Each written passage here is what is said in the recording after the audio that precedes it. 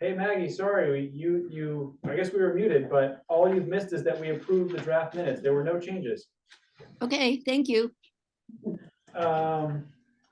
Let's see, town offices are closed on the 24th and 25th. Happy Thanksgiving, just coming right up. Ferry service update. There was an advisory board meeting.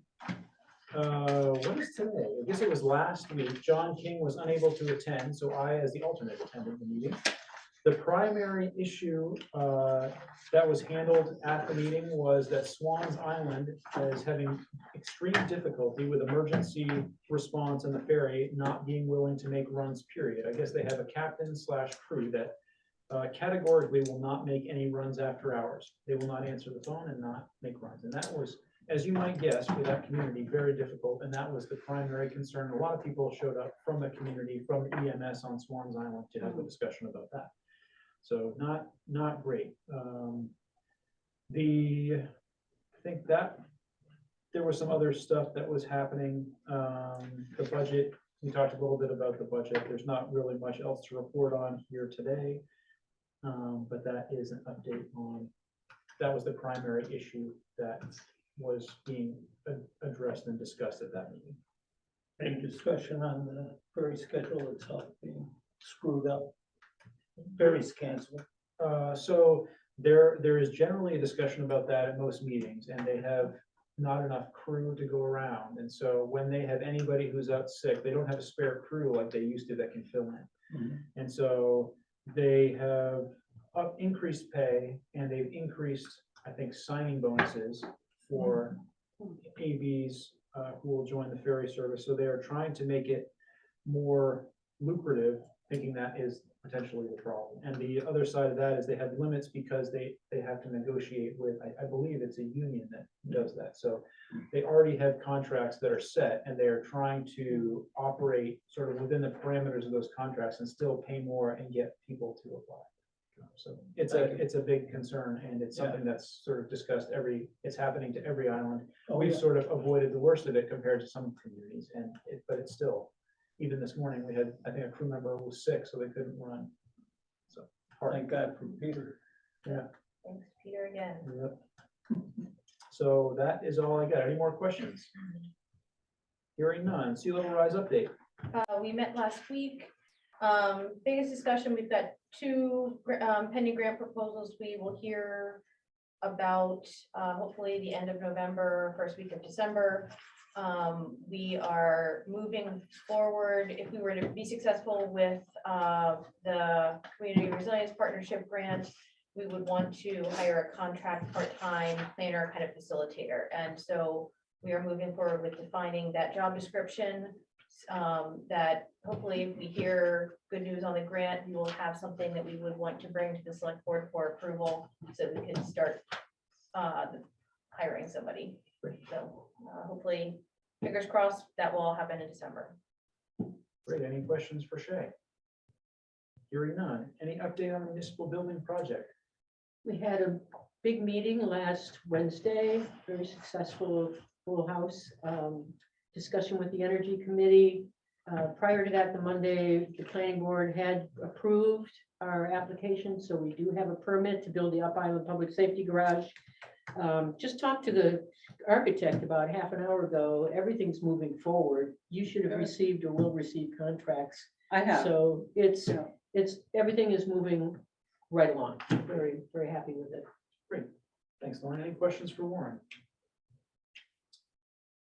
Next on the agenda, upcoming meetings and subcommittee reports. There's a planning board meeting on November 28th. Town manager's report. Janet, I'll turn it to you. Okay, I've sent out to you the agenda and minutes from this November 9th meeting and minutes from the October 27th municipal building project. And Lauren had included a tentative timeline as of November 15th for the Up Island Garage project, which will be updated every meeting, or if not more frequently. Under correspondence, you've all received a copy from Cindy Gorham, a rebuttal to a memo that I had sent to the Shellfish Committee and Dave Dyer and Cindy, as being the former deputy town clerk about the Shellfish Committee. And why I had sent a memo, because the day after the Shellfish meeting, Dave Dyer said to me, am I supposed to be on that committee, running that committee? I said, no, it's not. It's the town clerk does not run the meeting. Because he said the day before, I wasn't there that afternoon, but Cindy had come out, they must have had a meeting, and she had said to him, and probably kiddingly, but he didn't know, are you coming into this meeting and run it? And so he was just kind of taken aback. So I guess he did go into the meeting, but I said to him, no, it's not your job description, town clerk, and I know I always did. You get involved by the annual management review, and usually someone on the committee comes up with the numbers, and then we do the budget thing. And there are things that the clerks have to do.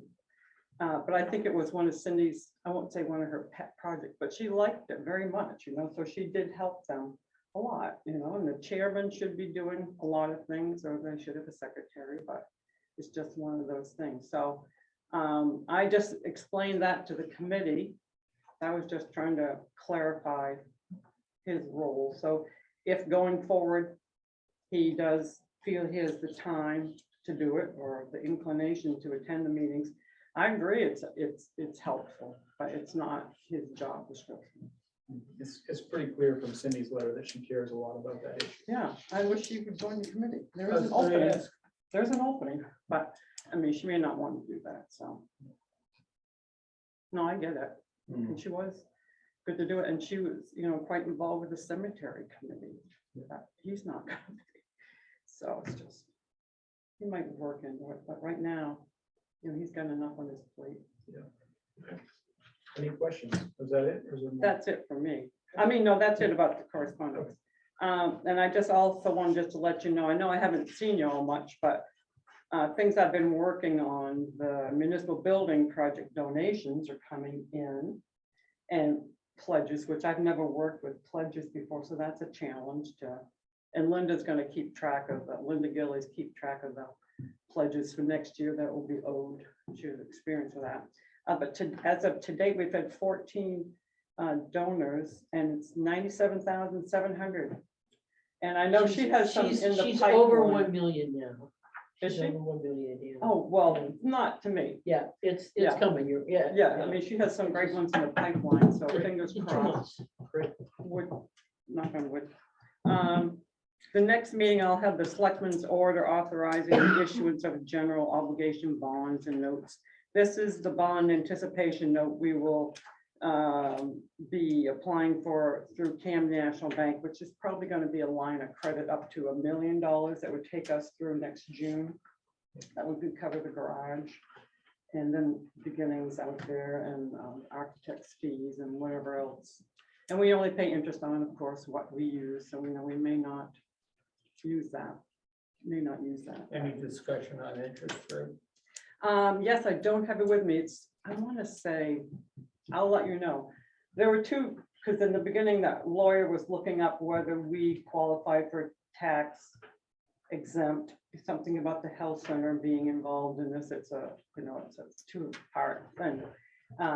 So originally he gave us two different prices, Paul Duty from Cam National Bank. So if it's a tax exempt, it's like 2% less, and maybe 2.5, 2.7, something like that. I'm thinking one was 4 and one was 2. So, but I will let you all know what that is.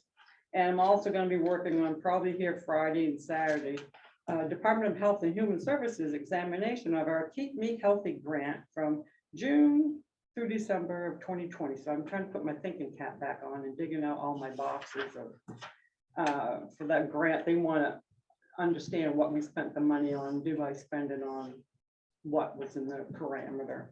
And that grant amount that they're looking for was $28,761.23. So I've got my nice little folder, so I'm going to just pick it all apart. Make sure you find the 53 cents. Yeah, well, I mean, the whole grant could have been, we could have received 58,700, and we took away 54,000, so we didn't go over what their allotment was, so in that time frame. So it's just gonna take time and looking for paper. That's it for me. Any questions for Jim before we move on? Hearing none. There's no more correspondence, old business, new business, other business. Anybody on the Zoom call? We have one additional person. Elizabeth Hayden. Is there anything you want to address? Or you want to address the select board tonight, or are you just here to listen? You're muted, so I guess just here to listen. Next order of business is to approve warrant number 11 for year 23. Moved by Shay, second by Second. Melissa. Any discussion? All in favor? Aye. Aye.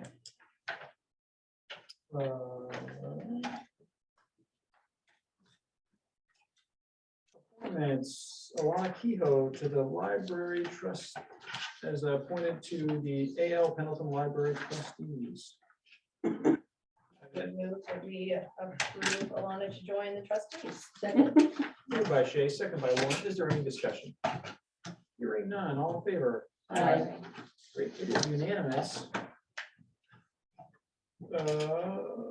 Chair comments, none. Vice chair comments, Shay. Happy Thanksgiving, all. Happy Thanksgiving. Yeah. Melissa, Happy basketball season. happy basketball season. Lauren, Happy Thanksgiving again. happy Thanksgiving again. Phil gets the last word. Happy Thanksgiving. Happy Thanksgiving. I entertain a motion to adjourn. Hi. Have a good night, everybody. Happy Thanksgiving. New record. New record. Good job. You got 6:10. That's pretty good. I think. Oh, do you this want is- to, do you want to sign that one? Jan, am I supposed to sign this? Yeah, I mean, are you swearing that you want to, well, you're appointed to the Harbor Committee? I mean,